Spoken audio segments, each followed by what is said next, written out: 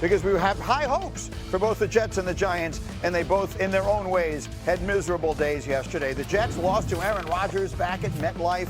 He was tremendous in his Steeler debut, throwing 4 touchdowns.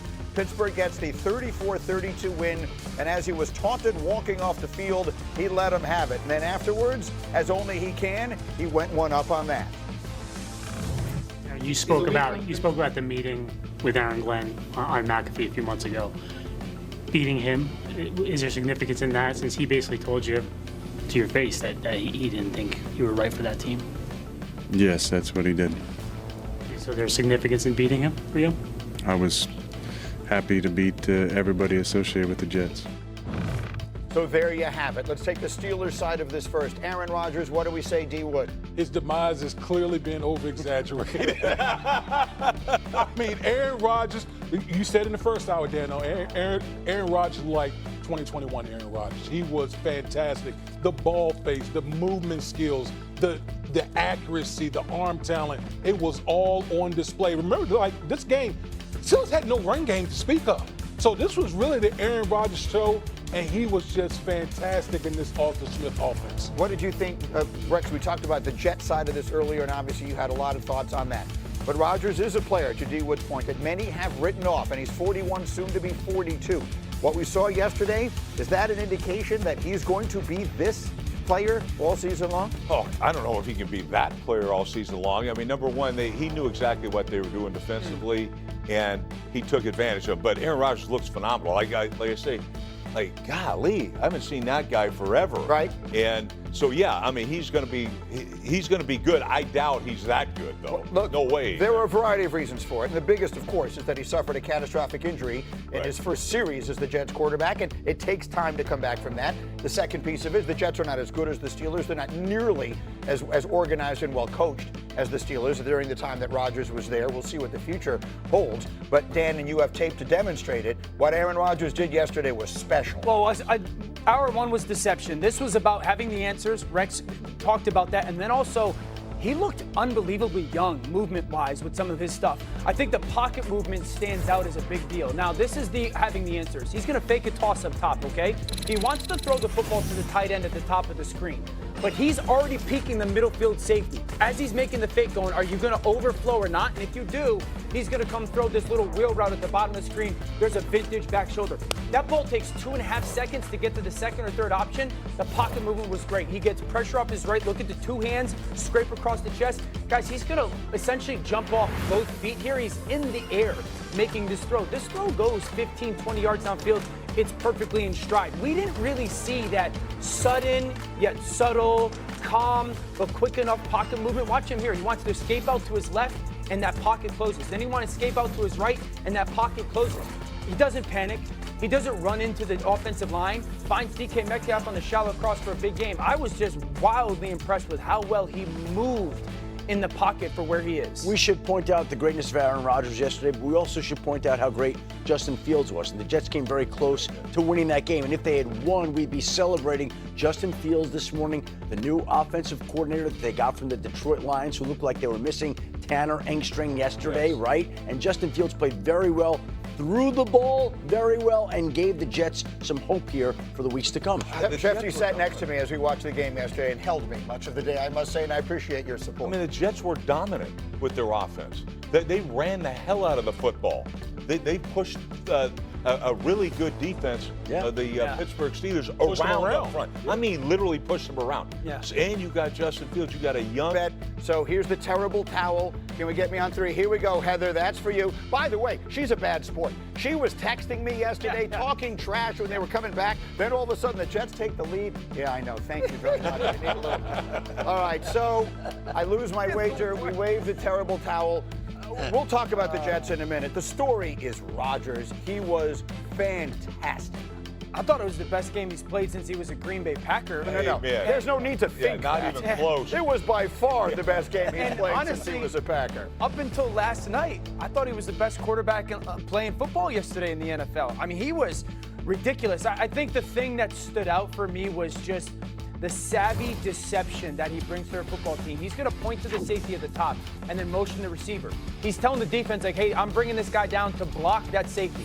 Then the ball handling. The defense has no clue where the football is, if he's keeping it or not. That makes everybody dip down to the line of scrimmage. He sees that the defender is low and the corner route is high. Here comes Skoranek scraping across, but he's wide open because Aaron sold everybody that I'm running the football here with that point. You go later on the game, the other touchdown pass that he has, it's the same thing. He points backside, brings that safety down or that receiver down. Look at that ball fake again. Look at those defenders completely sold out. Both of these are on 2nd and 7 and 2nd and 6. This time that defender slips and it's the corner route and it's a touchdown. I didn't know how the offense was going to work, and I know it's week 1, but it felt and it looked like just the experience that Rodgers has and that ball handling savviness or the stuff at the line of scrimmage was perfectly matched with Arthur Smith to create some big plays. Can I say, that play design was just nasty. You see to insert the wide receiver in the C gap. The best part is he gets to the line of scrimmage and points to the defense, hey, that's your guy. Here's the thing. Wow. I've been telling anyone who would listen that last year was much more about the Jets than it was about Rodgers. The Jets were 0-6 in one-score games last year. Coaching is the difference in the margins of games like that. To go from what the Jets had coaching last year to Mike Tomlin, I don't even know how, I don't even know what analogy to make to it. It is literally going from the ridiculous to the sublime. The Steelers are going to be really good. Rodgers was really good. Period. Next paragraph. You picked the Jets on the show yesterday. You said you felt this was the Jets, the must-win game. Yep. They came really close. There were a lot of things to like. Justin Fields was great. What's your takeaway on the Jets? That they got a real offense now for the first time since Weeb Eubank, right? I mean, let's face it. Yeah. I mean, well, we could run the ball, but they can too. And that was what impressed me, you know, with the new offensive coordinator.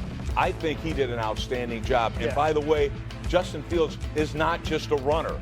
And that's how I felt about him. I think he's got arm talent, and that's important, especially when you play in the East Coast and things. So to me, I'm encouraged. I'm a New York Jet fan. This ain't the same old Jets. They actually have a real play designer as an offensive coordinator, and you have an outstanding, young, athletic, talented quarterback.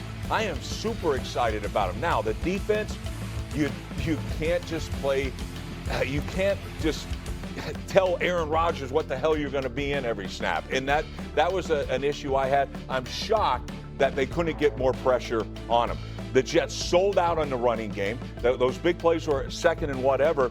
Look, Pittsburgh wasn't cracking the line of scrimmage in the run. Yeah, it's a good point. You don't have to sell out like you were. Yeah. But, you know, Aaron Glenn, I understand where he's coming from. He's talking like, no, we are going to be physical, we're going to stop the run, and we're going to run the football. So hats off to him. This is the first time in a billion years. They were plus 129 in the rushing department. That's another encouraging sign for the Jets. I'm all in on this football team. I think they're super talented.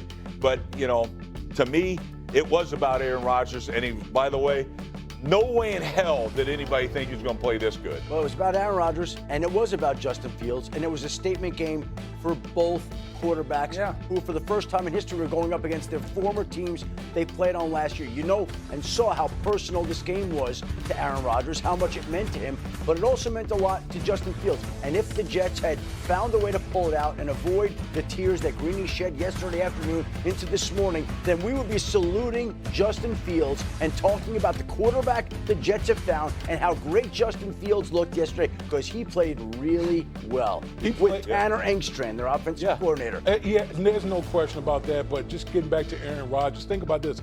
The Steelers had no running game to speak of. And to have your 41-year-old quarterback slice and dice the Jets defense, super, super impressive by Aaron Rodgers. There you go, Heather. And by the way, when you say no one saw it coming, Hembo and I saw it coming. We did an essay a few weeks ago. The marriage of Mike Tomlin and Aaron Rodgers is a marriage made in heaven. And after watching what happened last night, watch the Steelers this year. Rodgers, if he stays healthy, is going more manageable 3rd down coming up. This just shows why you can't count on just one guy to take him down. He's a powerful enough runner. You gotta have guys coming in support when that first hit is made. It takes a team effort to stop him, especially once he gets going. He'll try and run it here with Pacheco. And he didn't need much. I don't think he got there. It's going to depend on the spot. Looks like he is short on that one. And what a play by the interior of this defensive line. There was nowhere to run. He's able to get in the backfield for a big stop, and it sets up 4th down.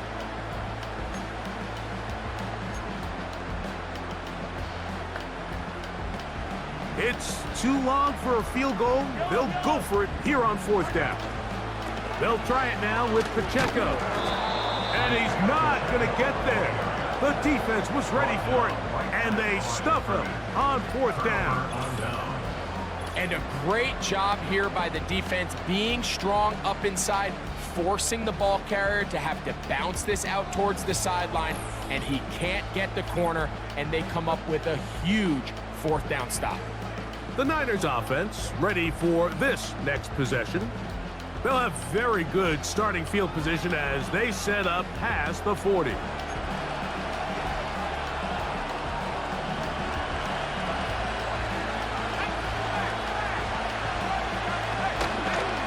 They'll run with McCaffrey to start this drive. The ball comes out. It's pulled in by the Chiefs. And he is going to bring this one back. They force the fumble, and it leads to a defensive score.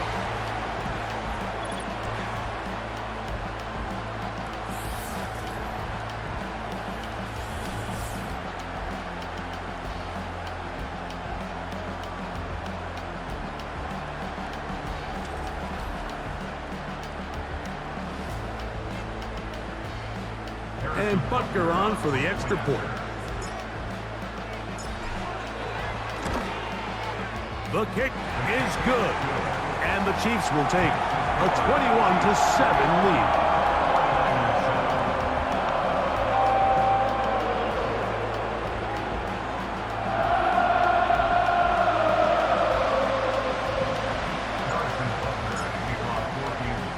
So now it's Butker following the touchdown to send this one away. From the 6, here comes a return. Get across the 20, mark him at the 22-yard line. Here's Christian McCaffrey and the 49ers offense coming back onto the field. They trail by 2 touchdowns, so the time is now. Got to get that rally going. It starts with 1st and 10.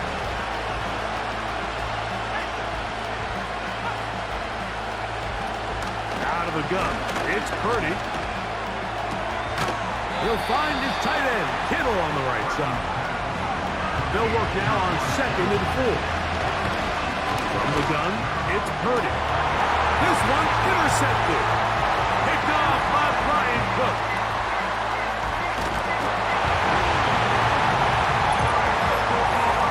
And they extend the lead. The defense joining the party. A pick 6 for a touchdown. Greg, they are extending this lead out. Yeah, now you've just seen both sides just make their impact felt here in the first half. The offense has done their part, and now it's the defense that is able to capitalize on the turnover and take it all the way back for the pick 6.